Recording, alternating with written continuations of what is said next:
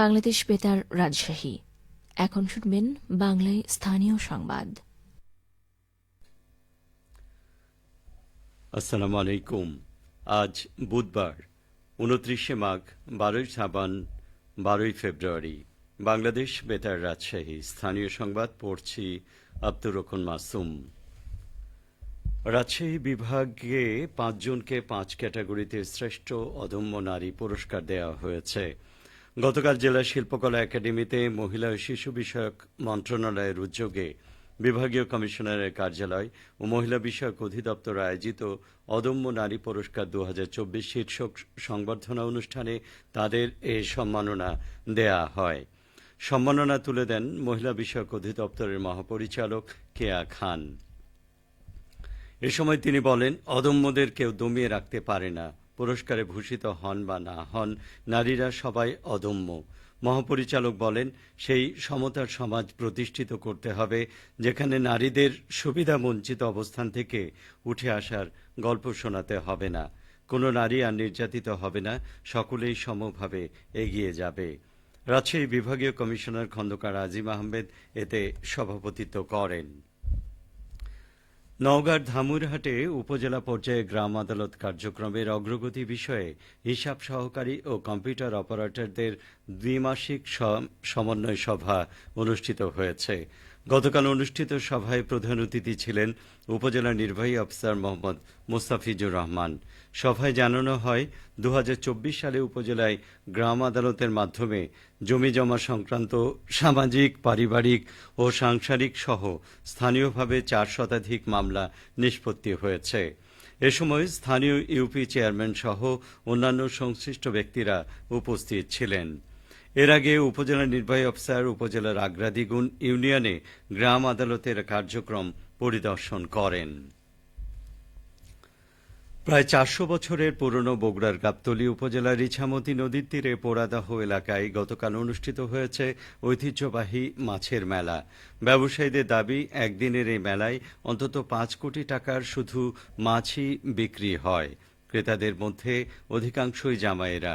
এ কারণে এই মেলাকে স্থানীয়রা জামাই মেলা নামেও অভিহিত করেন। মেলায় বিভিন্ন জেলার হাজার হাজার মানুষের ঢল নামে।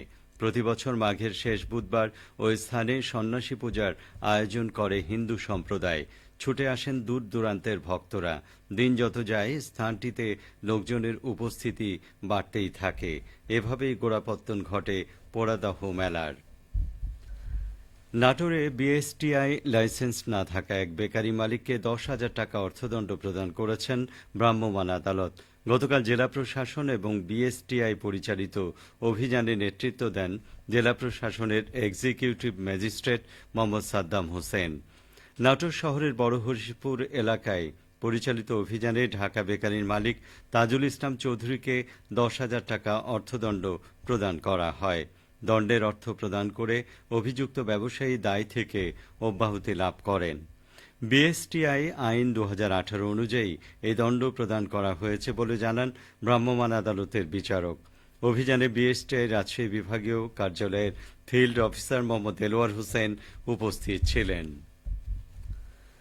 খেলাফত মজলিসের আমির আল্লামা মামুনুল হক বলেছেন, বাংলাদেশ থেকে বিতাড়িত শেখ হাসিনা যদি আবারও দেশের বিরুদ্ধে ষড়যন্ত্র করে এবং দেশে অস্থিতিশীলতা তৈরি করে, তাহলে এর দায় ভারতকেও নিতে হবে।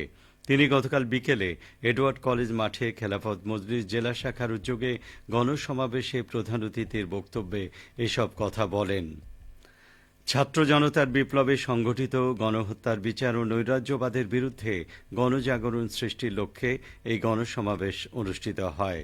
মামুনুল হক বলেন, ভারতের মাটিতে বসে ভারতের প্রযুক্তি ব্যবহার করে বাংলাদেশ থেকে পলায়নকারী স্বৈরাচারী শেখ হাসিনা বাংলাদেশের অভ্যন্তরে বিশৃঙ্খলা তৈরি করার জন্য বাংলাদেশের বিরুদ্ধে প্রতিহিংসাপরায়ণ বক্তব্য দিচ্ছে। তার বক্তব্যের কারণে নতুন করে আবার বাংলাদেশে অস্থিতিশীলতা তৈরি হয়েছে। এর দায় শেখ হাসিনা এবং তার দলের শুধু নয়, বরং রাষ্ট্র হিসেবে ভারতকেও নিতে হবে। সংগঠনটির পাবনা জেলার আহ্বায়ক মুফতি ওয়ালিউল্লাহ এতে সভাপতিত্ব করেন। খেলার খবর ব্যাডমিন্টন।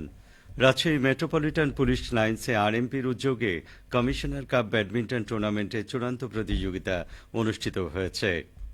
গতকাল সন্ধ্যায় আরএমপির পুলিশ কমিশনার মোহাম্মদ আবু সুফিয়ান প্রধান অতিথি হিসেবে ফাইনাল খেলা উপভোগ করেন। প্রতিদ্বন্দ্বিতাপূর্ণ ফাইনাল খেলায় উপপুলিশ কমিশনার ট্রাফিক নূর আলম সিদ্দিকী জুটি ২-০ সেটে অফিসার ইনচার্জ বলিয়া মোহাম্মদ মেহেদী হাসান জুটিকে পরাজিত করে এবং পুলিশ পরিদর্শক আশিস কুমার এককভাবে ২-১ সেটে উপপুলিশ কমিশনার ট্রাফিক নূর আলম সিদ্দিকীকে পরাজিত করে চ্যাম্পিয়ন হওয়ার গৌরব অর্জন করেন। এছাড়াও এএসআই রাজু জুটি ২-০ সেটে কনস্টেবল সাব্বির জুটিকে পরাজিত করে এবং এএসআই রাশেদ এককভাবে ২-০ সেটে কনস্টেবল জুবাইরকে পরাজিত করে চ্যাম্পিয়ন হন। উল্লেখ্য, গত ৫ই ফেব্রুয়ারি কমিশনার কাপ ব্যাডমিন্টন টুর্নামেন্ট ২০২৫-এর প্রতিযোগিতা শুরু হয়।